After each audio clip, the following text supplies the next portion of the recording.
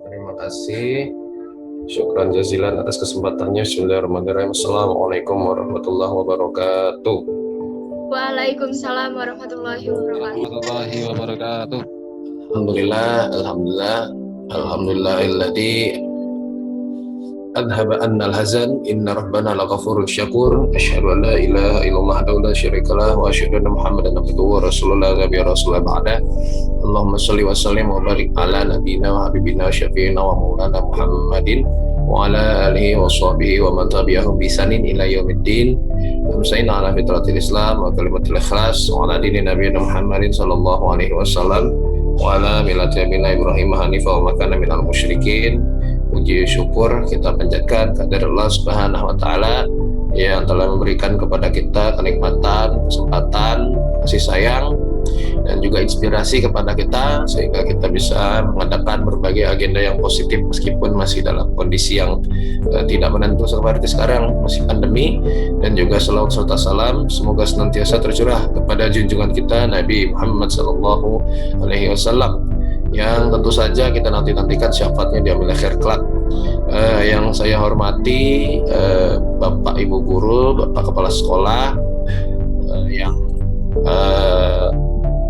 telah memberikan sambutan tadi, dan juga Bapak pengurus Bapak Pembina Rohis ya, Bapak Kepala Sekolah Bapak Ahmad Mustaqim dan juga Pembina Rohis. Yang saya banggakan teman-teman semua yang ada di sini di ruang Zoom ya, semoga kita semua menjadi hamba Allah yang bertakwa ya, apalagi sekarang sudah memasuki akhir Ramadan yang mana kita dianjurkan oleh Rasulullah SAW untuk mencari Lailatul Qadar ya.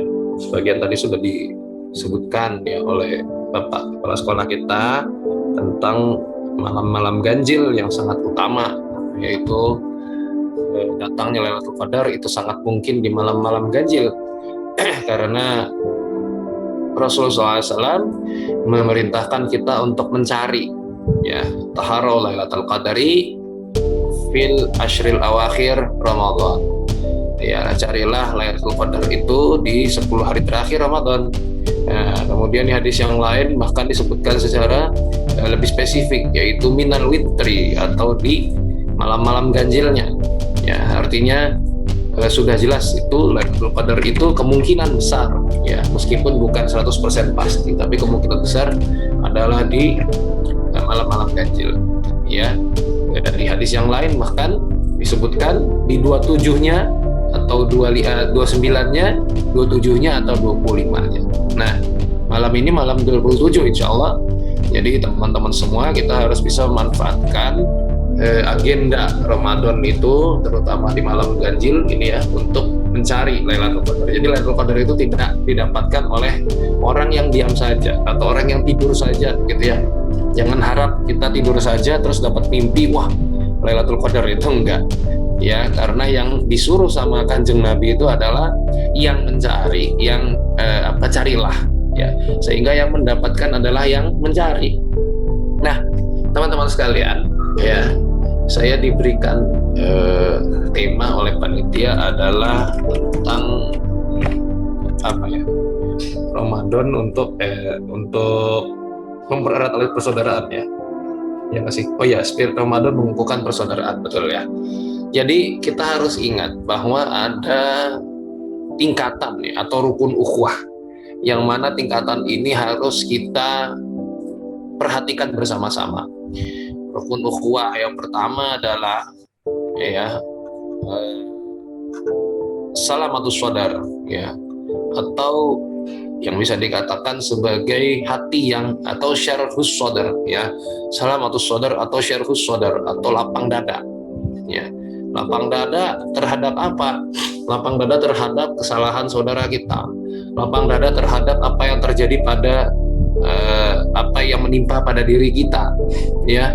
Artinya bagaimana ketika kita mampu untuk legowo, untuk sabar, untuk santai ya, untuk tetap santuy gitu ya, menghadapi segala apa yang diulahkan oleh teman kita, dilakukan oleh teman kita ya. Teman kita berulah ya, kita masih bisa lapang dada.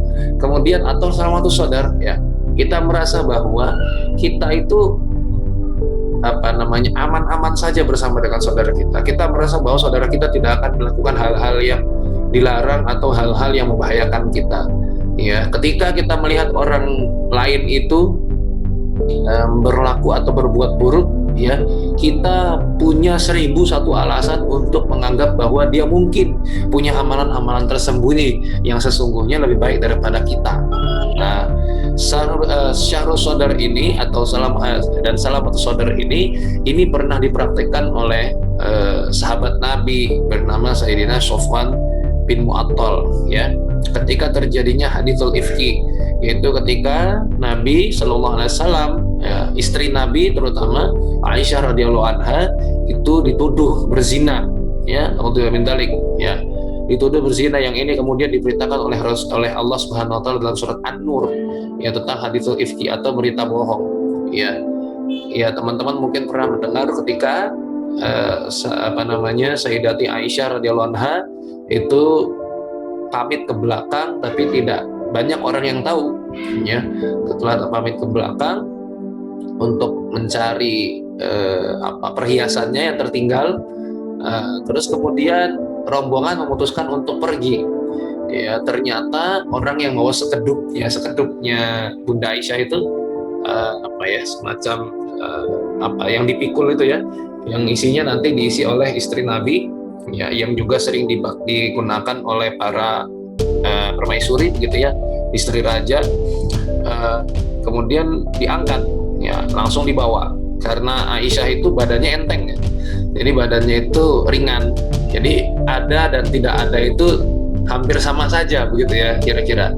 Akhirnya kemudian dibawa, dan ketika Ibunda Aisyah kembali ke rombongan, ternyata rombongannya sudah tidak ada.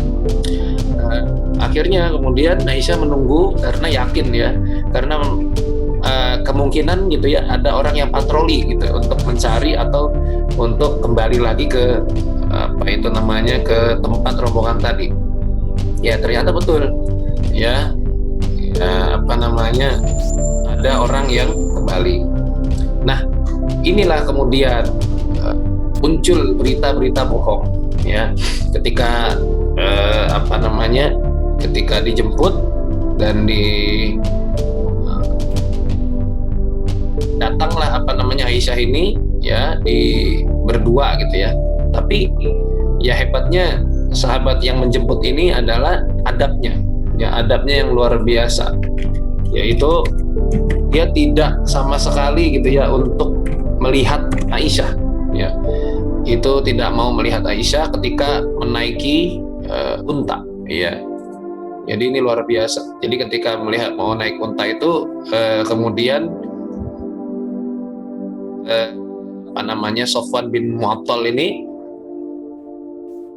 melihat ke arah lain, gitu ya, ketika Aisyah naik itu. Ini luar biasa, adab yang luar biasa yang dilakukan oleh seorang Sofwan. Dan Sofwan ini sebetulnya masih teman kecilnya Aisyah, ya. Jadi ketika itulah, ya, Sofwan membawa Aisyah di atas untanya, ya, Sofwan dibawa, lalu datang sampailah ke rombongannya Rasul yang tadi sudah meninggalkan mereka. Muncullah kemudian orang-orang munafik ini yang dimotori oleh Abdullah bin Ubay bin Salul laknatullah alaih, ya. Wah, ini istri Nabi ternyata selingkuh, gitu ya. Wah, ternyata berzina dan lain sebagainya. Gak mungkin lah mereka berdua, gak mungkin, namanya laki-laki itu pasti kalau dia normal itu pastilah berbuat sesuatu, ya kan, apalagi sama istri Nabi yang cantik begitu. Nah, ini kan orang itu kalau misalnya pikirannya jorok, pikirannya kotor, itu pasti akan menumpahkan apa yang ada di dalamnya, ya, karena bejana hanya akan menumpahkan apa yang ada di dalamnya, ya. Makanya hati-hati teman-teman sekalian, kalau mulut kita tuh ngomongnya kotor terus, yang buruk-buruk terus, hati-hati, ya, kemungkinan besar memang isi kepala kita tuh isinya kotoran semua, ya, karena yang ditumpahkan adalah kotoran itu, ya. Menduga-duga seseorang berbuat jahat, ya, kenapa kita bisa menduga seperti itu? Karena kita sendiri yang akan berbuat seperti itu kalau kita dalam kondisi yang demikian. Nah, ya, ini pasti dia berbuat sesuatu, ini nggak mungkin nggak berbuat sesuatu, ya.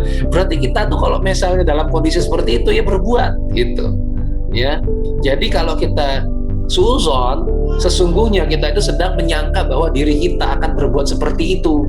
Ya, makanya hati-hati teman-teman kalau punya prasangka. Ya, temennya bendahara Rohis, terus dibilang, wah kamu ngambil uang kas ya, pasti ngambil uang kas, nggak mungkin gitu kan. Itu yang nuduh itu ya bisa dikemungkinan kalau dia yang megang uangnya dia akan mengambil kayak gitu. Nah seperti itulah ya. Jadi disinilah dibutuhkan apa yang dinamakan dengan hati yang lapang, hati yang bersih. Jadi inilah. Nah teman-teman sekalian dirahmati Allah Subhanahu Wa Taala. Kemudian ini sampailah berita ini ya dibicarakan oleh sahabat Rasul yang lain. Ya kalau saya tidak salah Ummu Imarah ya, saya lupa. Jadi sahabat ini suami istri gitu ya. Kemudian suaminya bertanya kepada istrinya, wahai istriku, jika engkau ya berada pada posisi itu bagaimana? Kira-kira mungkin nggak sih Aisyah itu betul-betul berzina seperti dituduhkan oleh orang-orang? Nah, kemudian istrinya bilang, ya enggak lah, jijik banget saya aja yang seperti ini, sejelek-jeleknya saya nggak mau berzina kalau sama orang lain kayak gitu ya. Terus kemudian suaminya bilang, nah kamu aja begitu, apalagi Aisyah yang lebih baik daripada kamu, nggak mungkin lah ya, dia berpikiran seperti itu, nggak mungkin lah Aisyah berbuat seperti itu. Kemudian ditanya juga suaminya, suamiku kamu gimana kalau misalnya seperti itu, jadi seperti Sofwan, mungkin nggak kamu berbuat seperti itu? Wah, kata suaminya, nggak mungkin saya berbuat seperti itu, nggak mungkin saya mengkhianati apa yang sudah menjadi kehormatannya Nabi, nggak mungkin saya berselingkuh dengan istri Nabi, itu nggak mungkin, itu perbuatan yang sangat keji ya, nggak mungkin saya melakukan itu. Nah berkata istrinya, nah apalagi Sofwan itu lebih baik daripada kamu wahai suamiku, jadi nggak mungkin dia melakukan itu. Kamu aja nggak mungkin, apalagi Sofwan. Nah di sini yang namanya syarhus sadar, yang namanya salamatus sadar ya, dimana kita itu merasa bahwa saudara kita tuh nggak bakal melakukan sesuatu yang jelek-jelek, sebagaimana kita pun tidak akan melakukan sesuatu yang jelek-jelek. Nah begitu, ini yang pertama, rukun ukhuwah yang pertama. Kemudian yang kedua ya adalah ta'aruf. Nih, ta'aruf ini jangan dianggap sebagai awal nikah gitu ya. Kalau ta'aruf, dengar ta'aruf tuh nikah aja gitu, enggak ya. Ta'aruf itu adalah saling mengenal ya, karena istilah ta'aruf ya adalah saling mengenal. Artinya inilah ukhuwah. Kalau kita punya syarhus sadar itu cuma sebagai lapang dada saja ya. Misalnya kita lagi menuju sekolah ya, kemudian motor kita diserempet sama teman kita, sama sesama muslim ya, kita tahu dia muslim tapi kita nggak kenal dia ya, serempet, kita jangan mengedepankan amarah dulu ya, barangkali ada sesuatu yang membuat dia nyerempet kita. Nah ini namanya syarhus sadar atau lapang dada. Kemudian tadi yang kedua adalah ta'aruf. Ta'aruf itu adalah mengenal, kita mencoba untuk mengenal saudara kita ya, namanya siapa, tinggalnya di mana gitu ya, kemudian dia gabung di organisasi apa, itu penting karena saling mengenal ini adalah rukun kedua ya, urutan kedua dari yang namanya ukhuwah. Jadi tidak mungkin kita bersaudara, tidak mungkin kita mengeratkan tali persaudaraan kalau ya kita sendiri tidak kenal dengan saudara kita ya, setidaknya namanya, kemudian tempat tinggalnya di mana begitu ya, dan hal-hal yang berkaitan dengan dia. Kemudian yang ketiga teman-teman sekalian dari rahmati Allah Subhanahu Wa Taala adalah tafahum ya. Tafahum itu saling memahami. Kalau tadi cuma sekedar saling kenal, saling tahu namanya siapa, rumahnya di mana. Tafahum itu saling memahami. Artinya kalau sudah saling memahami ini, dia tahu apa yang tidak boleh diucap di depan saudaranya, apa yang tidak boleh dilakukan depan saudaranya, apa yang tidak boleh dilakukan sehingga saudaranya itu membuat tidak enak hati, apa yang membuat persaudaraan ini semakin kental, semakin akrab, semakin erat ya. Jadi tidak mau melakukan hal-hal yang membuat persaudaraan itu jadi jelek, jadi kotor, jadi runtuh seperti itu ya. Artinya teman-teman sekalian dirahmati Allah Subhanahu Wa Taala, kalau misalnya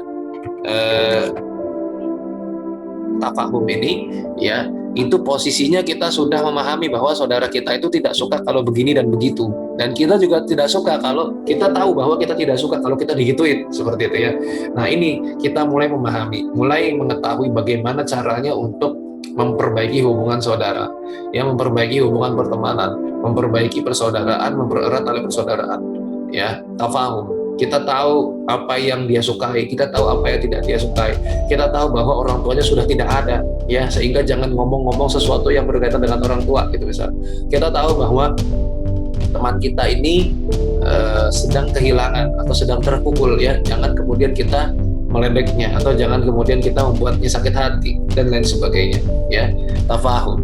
Kemudian yang selanjutnya, ya, ketiga, keempat, berarti, ya, ta'awun, ya. Ta'awun adalah sifat saling tolong menolong. Di sini Allah Subhanahu wa taala menggambarkan dalam Al-Qur'an, wa ta'awanu 'alal birri wat taqwa wa la ta'awanu 'alal itsmi wal 'udwan. Ya, bertolong menolonglah kamu dalam bir dan takwa, dalam kebaikan, dalam kebajikan dan ketakwaan. Wa la ta'awanu 'alal itsmi wal 'udwan, dan janganlah kamu bertolong menolong dalam dosa dan kejahatan. Ya.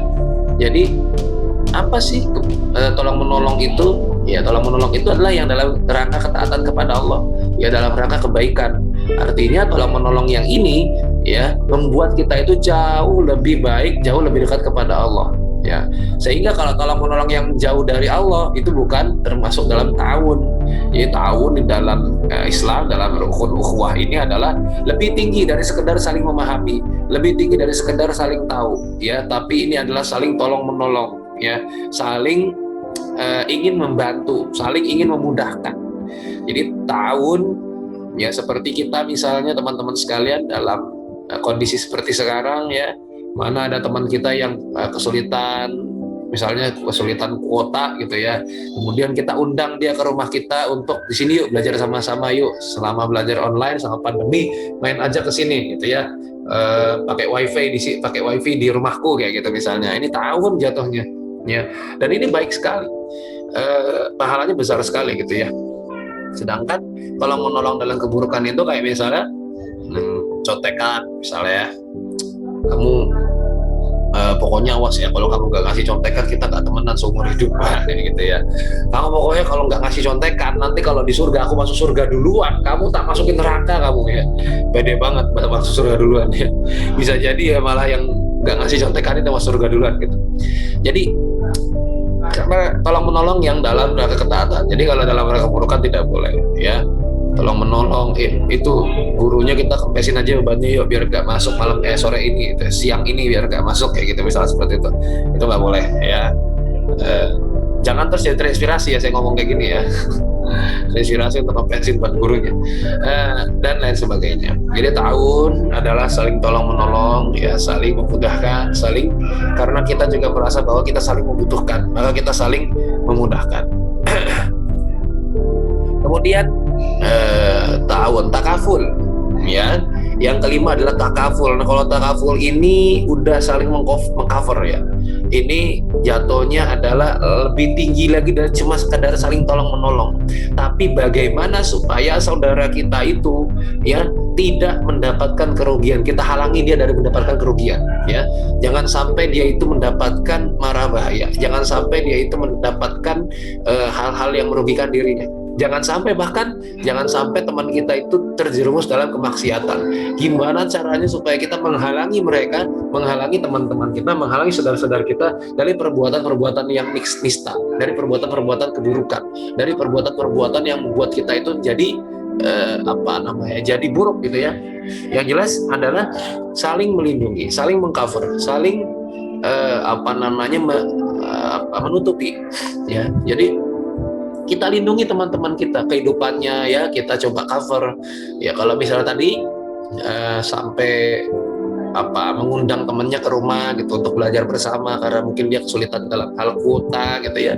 Terus kemudian apa nih yang teman kita nggak punya, ya. Oh, dia nggak punya motor, yuk coba kita jemput, gitu, ya. Kalau misalnya setiap sekolah supaya dia nggak telat terus atau supaya nggak kesiangan terus. Oh, ternyata bapaknya sakit, ayo yuk kita munasoroh yuk, ya, kita ngadain donasi, gitu, ya, untuk kesembuhan bapaknya, untuk berobat bapaknya dan lain sebagainya. Seperti itu. Jadi jatuhnya sudah betul-betul mengcover, ya, apa yang kesulitan, apa yang kesusahan dari teman kita, kemudian kita bantu untuk mereka ya mendapatkan kemudahan, ya takaful. Kemudian yang terakhir, rukun ukhuwah yang terakhir adalah itsar. Itsar itu adalah puncak, ya puncak, yaitu ketika kita mendahulukan, memprioritaskan urusan saudara kita, kemudahan saudara kita dibanding diri kita sendiri. Ini dahsyat sekali ya itsar ini ya. Artinya kalau misalnya kita punya minuman, kita punya makanan, kita utamakan saudara kita dulu, ya kita utamakan agar saudara kita dulu yang mendapatkannya, mendapatkan kesenangannya dulu, baru kemudian kita. Ini luar biasa. Dan tentu saja itsar ini dibangun atas dasar ketakwaan, bukan itsar yang tidak tidak mendekatkan diri kita kepada Allah, ya solidaritas cahlitihat itu nggak bisa itsar, ya solidaritas cahlitihat atau solidaritas cah motor kayak gitu ya, ada yang kecelakaan padahal dia melanggar lalu lintas kemudian malah kita tolongin, ini tidak, ya. Tapi itsar di sini adalah yang dia mengutamakan kepentingan saudaranya dalam rangka ketaatan kepada Allah Subhanahu wa Ta'ala. Nah, itsar yang seperti sekarang apa? Ya kalau kita punya minuman, teman kita nggak punya minum, sebentar lagi buka puasa, kasih teman kita dulu, baru kemudian kita, ya. Nah, itsar itu bukan terus kemudian kalau misalnya sholat ya, saf di depan belum diisi, kemudian kita mempersilakan saudara kita, enggak, itu beda ya. Kalau itu mah kita yang dulu-duluan saja ya. Tapi kalau itsar di sini yang sifatnya adalah ada unsur keduniawiannya, tapi juga masih dalam rangka ketaatan kepada Allah. Misalnya lagi perang, ya jihad fisabilillah, atau misalnya sedang ya seperti sekarang ini sedang belajar dan sebagainya. Kita utamakan kepentingan saudara kita supaya kita tahu gitu ya bahwa dia ini orang soleh, dia orang baik, ya kita bantu dia. Itsar. Nah, ini teman-teman rukun ukhuwah.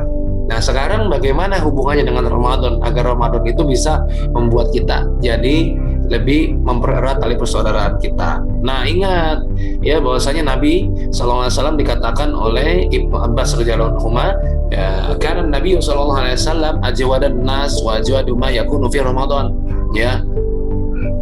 Bahwasanya Nabi SAW adalah orang yang sangat dermawan, sangat gemar bersedekah, dan kegemaran bersedekah itu lebih meningkat, lebih semangatnya Rasul SAW ketika Ramadan. Nah, ketika Ramadan, jadi peduli sedekah itu nggak cuma duit ya teman-teman semua, tapi hal-hal yang berbau kebaikan itu pun sebagai sedekah, ya. Dan dikatakan oleh Ibnu Rajab Al-Hambali rahimahullah bahwasanya Nabi SAW itu gemar bersedekah dengan ilmu dan harta. Jadi bukan cuma harta, tapi juga ilmu. Ya, makanya di Ramadan ini apa yang kebaikan yang bisa kita berikan, kita tawarkan, kita bagikan, ya kita bagikan. Ya, dengan ilmu dan harta kita, dengan segala upaya yang kita bisa lakukanlah, ya agar kemudian kita bisa seperti meniru Kanjeng Nabi dalam hal kebaikan. Nah, yang paling utama nih, mumpung Ramadan ini belum habis ya, man fatara shaiman kana lahu mithlu ajrihi ghairu annahu la yanqus min ajri shaimi syai'an. Ya, sedekah yang paling utama di Ramadan ini adalah barang siapa yang memberi makan orang yang buka puasa, maka baginya pahala seperti orang yang berpuasa tanpa mengurangi pahala orang yang berpuasa sedikit pun, ya. Jadi kalau misalnya kita puasa, kemudian kita ngasih teman kita untuk makan buka puasanya, maka pahala puasa kita jadi double, ya jadi 2. Kalau kita ngasih buat 10 orang, pahala puasa jadi 11. Kalau ngasihnya buat 100 orang, pahala puasa jadi 101.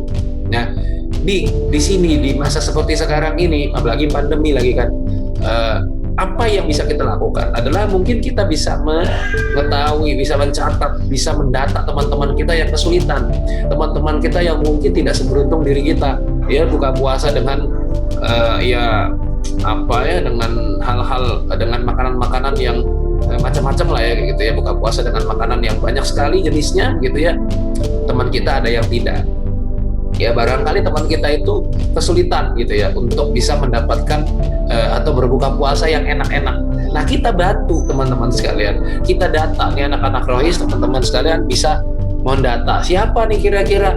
Jangan-jangan kita bikin baksos, kita bikin santunan anak yatim, ternyata teman-teman kita yang satu sekolah dengan kita ternyata banyak yang kesulitan makan, kesulitan kuota, kesulitan mendapatkan fasilitas-fasilitas yang enak kayak gitu ya. Nah, kita data, kita bantu mereka semua untuk bisa mendapatkan kenikmatan seperti yang kita nikmati sekarang.